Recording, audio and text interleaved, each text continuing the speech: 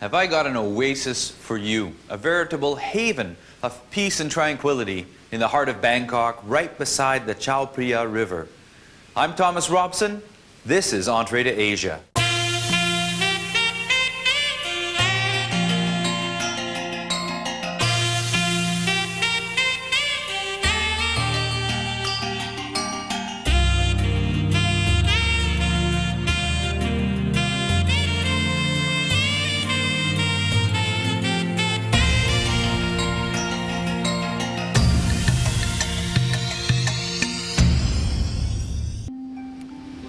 What an amazing surrounding. Hard to believe this is a restaurant. Perhaps that's why they call it Salathip, or the rooms of pleasure and peace. Here at the restaurant, Cuisine is the chef. She's one of Thailand's most famous chefs, most talented chefs. Kun is a term of respect, Gesini is her name. And she's going to take us behind the scenes of this beautiful restaurant and share with us some of her secrets. Salathip, Kun Gesini. Salathip. We've just done a formal greeting and now I feel cleared to find out more about the uniqueness of Thai food. Today you're going to make the chu chi gan pu, which is a crab claw cooked a unique way, chu chi. It's a technique of cooking while rapidly reducing curry so that it enrobes, it coats the food. Please teach us about this dish. Yeah. The ingredient we have the crab claw. Yeah. Crab claws? The red curry paste. Red curry paste. Yeah. Kaffir lime leaf, we slice in one. So you take the kaffir lime and slice. Yeah. Filling. And this one the coconut milk, fish sauce, and sugar. Fish sauce, sugar, lime leaf, coconut milk, curry paste, and of course crab claws. Yeah.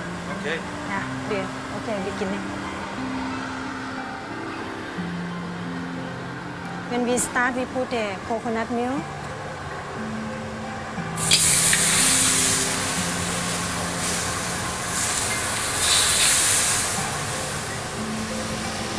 Carefully skimming the top of the coconut milk to get the richest portion.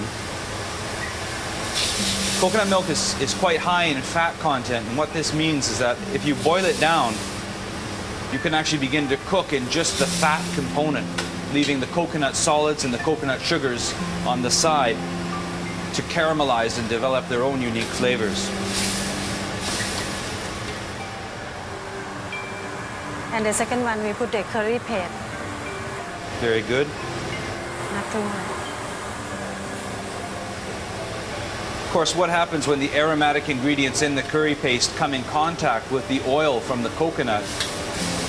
All the flavoring oils, all those very volatile oils combine with the coconut oil, and that allows them to remain in the dish.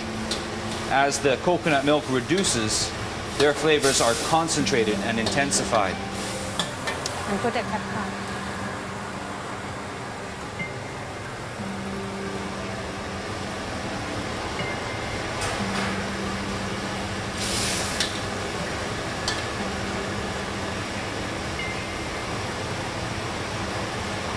It's important when you're working with coconut milk to pay attention to the heat that you're working with. You can see perhaps a little bit of caramelization happening on the edge of the wok. We're waiting for the crab claw is... Sorry, come again? We're waiting for the crab claw is cooked. Right, right. So at this point, the crab claws are first sitting in the sauce. It's boiling hot. That completes the cooking of the claws. And at the same time, the sauce is reducing.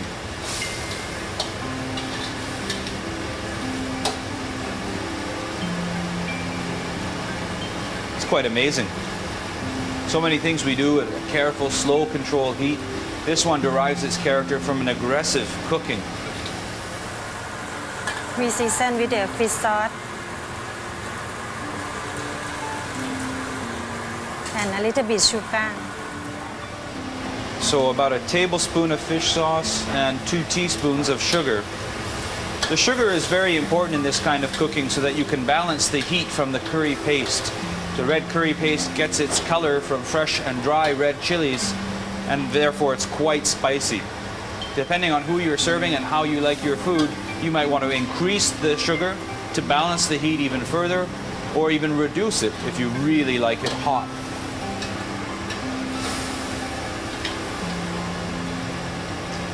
So the coconut milk now is reduced from a thin texture to the texture of almost 35% cream or whipping cream. That's quite thick. Yes, now we have smell for the curry. And we sprinkle with the kaffir lime leaf. Very well. Now, kaffir lime leaves, if there's a large or very, let's say, Vietnamese or Laotian-oriented Asian store in your neighborhood, in your town, you'll probably find the kaffir lime leaves fresh. If not, there's a lot of different kinds of stores that will carry them dry. There, it's a substitute, but it's a simple matter of soaking the leaves until they become supple and then carefully cutting them with a knife, or if you want to cut them really fine and you're not comfortable with the knife, we'll use scissors. Cut them very, very thin. Finished already. Ready already? Yeah, ready already. Fantastic.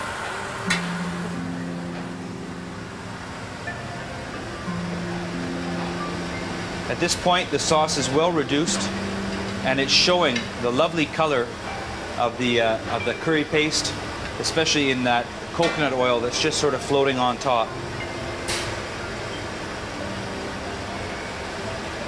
Nap the claws with the sauce. Oh, this is looking amazing now. And of course, as in any restaurant, any service, we wipe the edge of the plate first for the best presentation. Now, the garnish was prepared right here in the restaurant. Classical Thai garnishes include the most amazing carvings in fruits and vegetables. The use of leaves and herbs provides a great background. But the chuchi gan pu, or the crab claws cooked in a reduction of red curry, really get their impressiveness from their flavor. Riverside dining. It's one of the great culinary pleasures of Bangkok. Rarely can you find a place where you can do it with such splendor than here at Salathip. The food is in the Royal Thai style, luxuriant, delicately flavored, and balanced. Let's put that to the test. I'll report immediately back to you.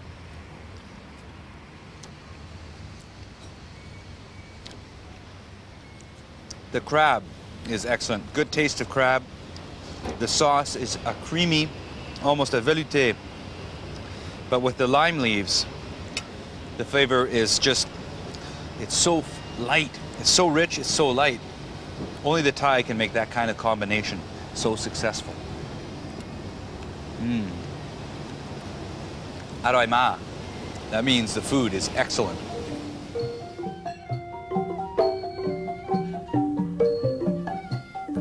Perhaps the best place to learn about a culture, where we can learn useful things about our new surroundings, is where we eat. Eating in Thailand, for instance, you have an opportunity to learn about a culture that was never colonized. It's remained independent for its entire lengthy history. And for many Thais, their cuisine is a link with that history.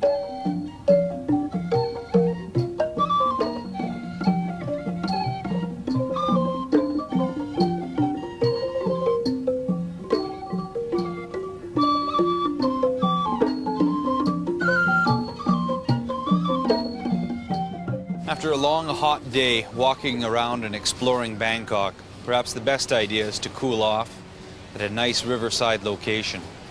Enjoy the first cooling of the evening. The best way to refresh yourself at that time is to enjoy one of the many different kinds of Thai salad, or yam. That's what we're going to do tonight.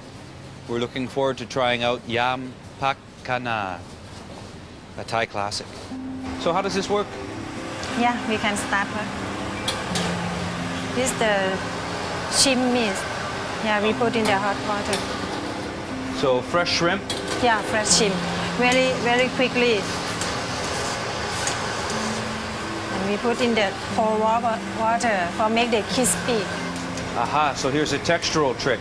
Blanching the shrimp, cooking them very, very quickly into cold, cold water gives them a crunchy texture.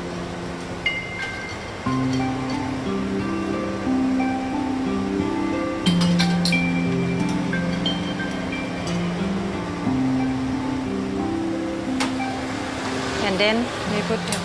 Okay, now what we have there is the Chinese broccoli or the gailan, a couple of whole pieces, and then some of the stalk that has been just peeled ever so lightly to help form a crunchy base. Note how the pieces, the peeled stalk, are about the same size as the pieces of shrimp. That way the salad will look consistent.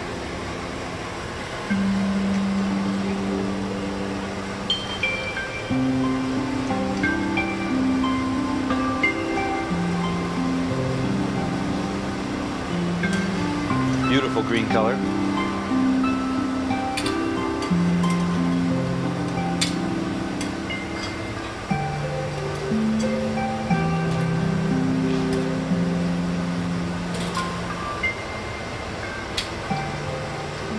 Now a few ice cubes hanging around, we'll get rid of those. Now we cook the sauce. Yeah. Fish sauce. 2 full tablespoons of fish sauce. Lemon juice. 2 full tablespoons of lime juice. Coriander leaf. Garlic. And small chili. We chop together, same like this. Okay, so a fine garnish of chilies, garlic, and coriander leaf. About a tablespoonful. You could imagine this salad will have some fire. Little bit sugar. That looked like about a teaspoon and a half of sugar. There's a very typical yam dressing for Thai salads.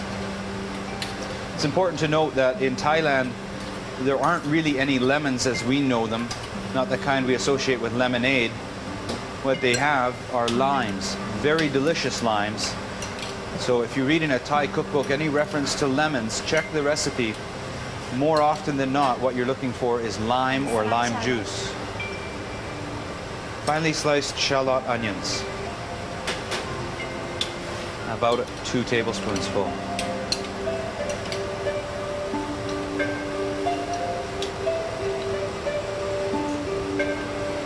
Beauty of Thai food is the freshness,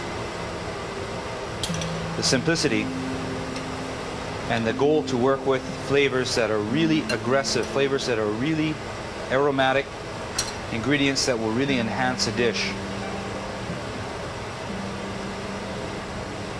Beautiful. There we have it, the yam pakana, or Thai-style gailan salad. Remember, gailan, Chinese broccoli, same. Khun Gesani, thank you very much again. You're welcome. It's a real pleasure to be in your kitchen. What I learned from Gesani that was a real surprise for me is that chu chi is not simply the name of a dish. It's actually a way of cooking, a technique of cooking. And we can use it with other ingredients to make other kinds of dishes. So that's what I thought we would do today. We'll make what's called chu chi pla. Pla means fish. Chu chi means to cook something in a rapidly reducing curry sauce until it becomes so thick it almost coats the foods. It's just fantastic. To get the dish ready, all you're going to need is some coconut cream, and that is the thickest portion of the coconut milk right from the very top of the can of coconut milk. This can just came out of the cupboard, but if you want to make this process very easy, put it in the fridge for a few hours, and you'll see when you scoop out the coconut cream, it'll be almost solid like butter. We need some red curry paste, some sugar, fish sauce, and some fish. So let's just get this thing started and you'll see how it all comes together. I'll adjust the heat on my stove. First ingredient in now is the coconut cream.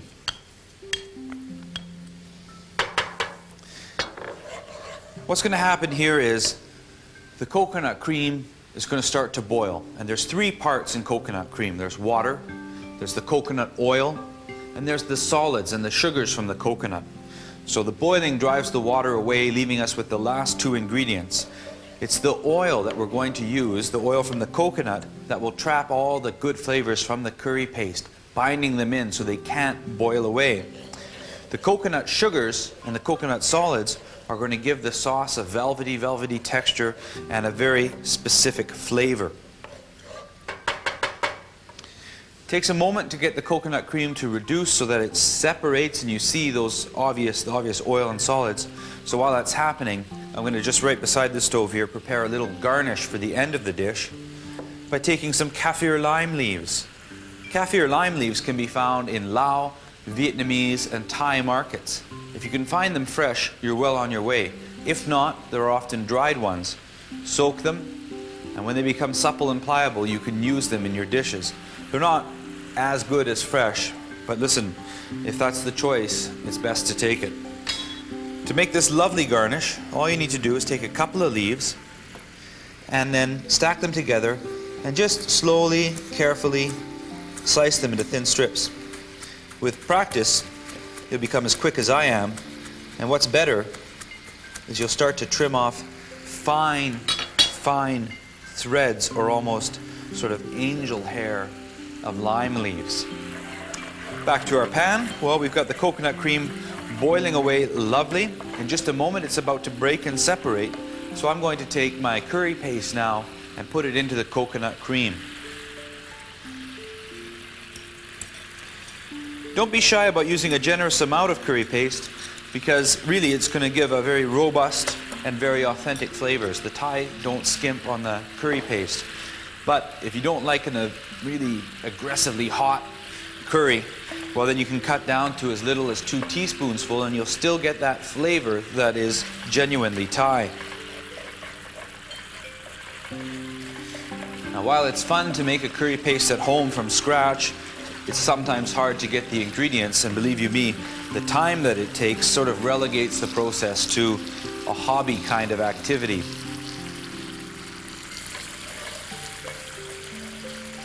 This is beautiful now in the pan. We're up to the exact point where it's time to move on in the recipe. The coconut cream is separated. The curry paste is smelling wonderful. You can see little traces of the coconut oil on top. That's the point to move on from. I'm going to add a scant teaspoon of sugar and a little splash of fish sauce. 2 teaspoons should be adequate for this dish. The sugar is going to balance the heat of the chilies in the curry sauce. Now, coconut milk. That should be enough. What you want in terms of the coconut milk, or let's say the curry sauce once it's all together, is enough to half submerge, or mostly submerge, whatever it is you're going to cook. And when this comes back to the boil, I'm going to show you some halibut steaks. Halibut steaks that I'm going to cook in this curry sauce. Here's an interesting tip.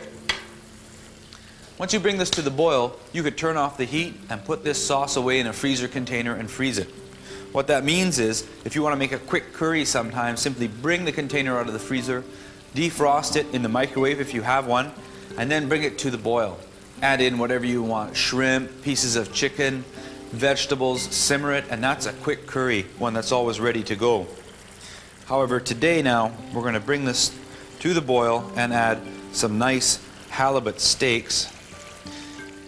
Now, if I don't have enough curry sauce, I've got ample opportunity to add more in order to ensure that this cooking process is done properly. In fact, I didn't put enough coconut milk in, and I'm kind of glad, because here's a chance for you to see, you know, when you're cooking in the kitchen, it's not all about precision and exact measuring. It's about working and adapting and even being willing to make mistakes.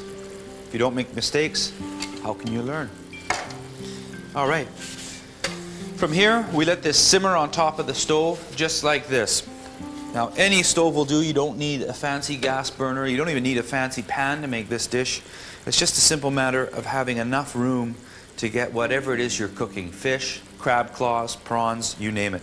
If you find that it spatters a little bit, you want to cook this a bit vigorously, then by all means, use a spatter screen. Keep things clean and tidy. Save your shirts. Okay, now we got to let it cook for a few minutes.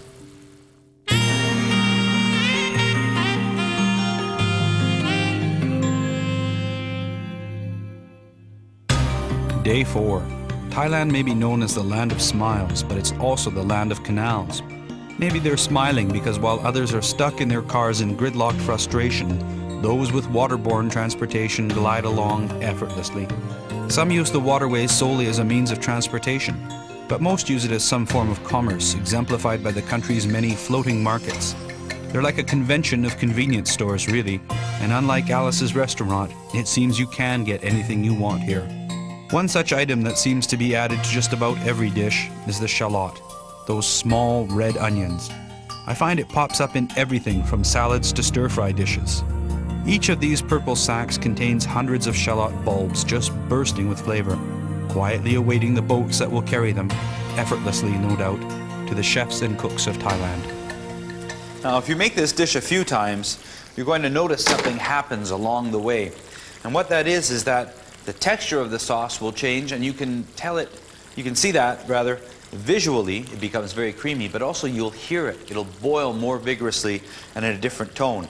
What that means now is it's time to start turning over the fish, and I'm going to do just that. There we go. Nice and cooked on the one side. The other side is about to be cooked any moment now. Perfect. Very, very nice. I'm going to adjust the heat again a little bit because now I've just turned a cold side of the fish down onto the pan, and that's going to cool things off. And I'll put my knife away to be cleaned. While we were away, I took the chance to tidy up and clean around here, and I don't want to sound like your mom, but hey, that's a great way to work in the kitchen. If you get a chance tidying up, or better yet, if you've got friends coming into the kitchen when you don't want them in there because you're cooking their dinner and you're busy, get them to do some tidying up. Just say, here, all this, please, whatever, get it ready to be cleaned. And then everything goes smoothly, and especially if you're doing several recipes in a row, well, the day just flies by, almost like there's nothing else going on but pleasant cooking. The fish is just about ready, and to finish the dish, I have a beautiful garnish. And the mixture that makes this garnish so unique is equal parts of coriander leaf, some people call it cilantro or Chinese parsley, green onion, nicely cut on the diagonal, but however you chop it up is fine, but don't make it too fine a chop. Mix those together and add some nice slices, again on the diagonal, of hot red chilies. Big ones, small ones, it doesn't matter. I like the small ones.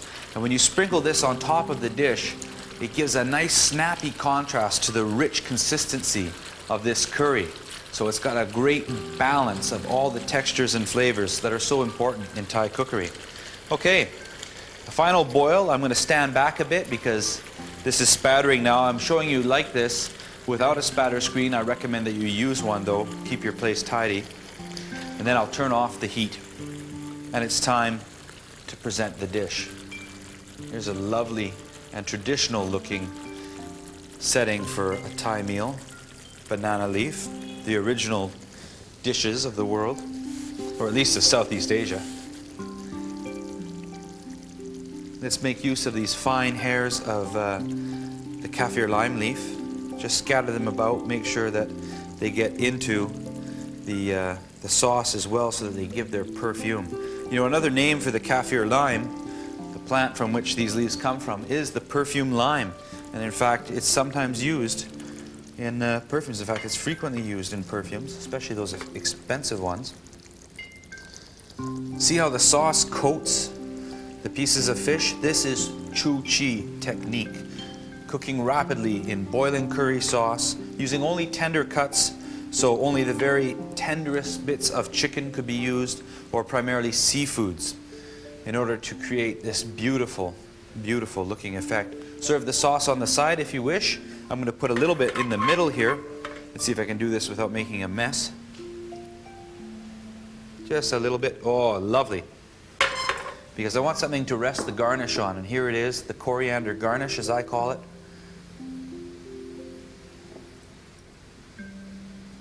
A little bit on the fish, a little bit in the middle. Let's make this look nice here. And there you have it. Chu chi pla, fish cooked in a rapidly reducing curry sauce. A real marvel, delicious.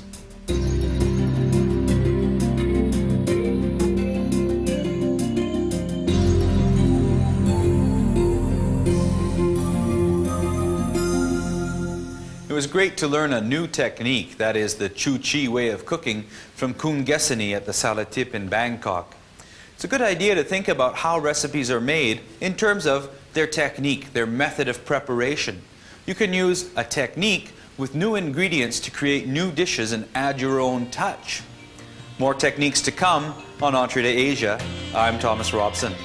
To find out more about Entree to Asia, including recipes and program descriptions, visit our website at www.entreetoasia.com.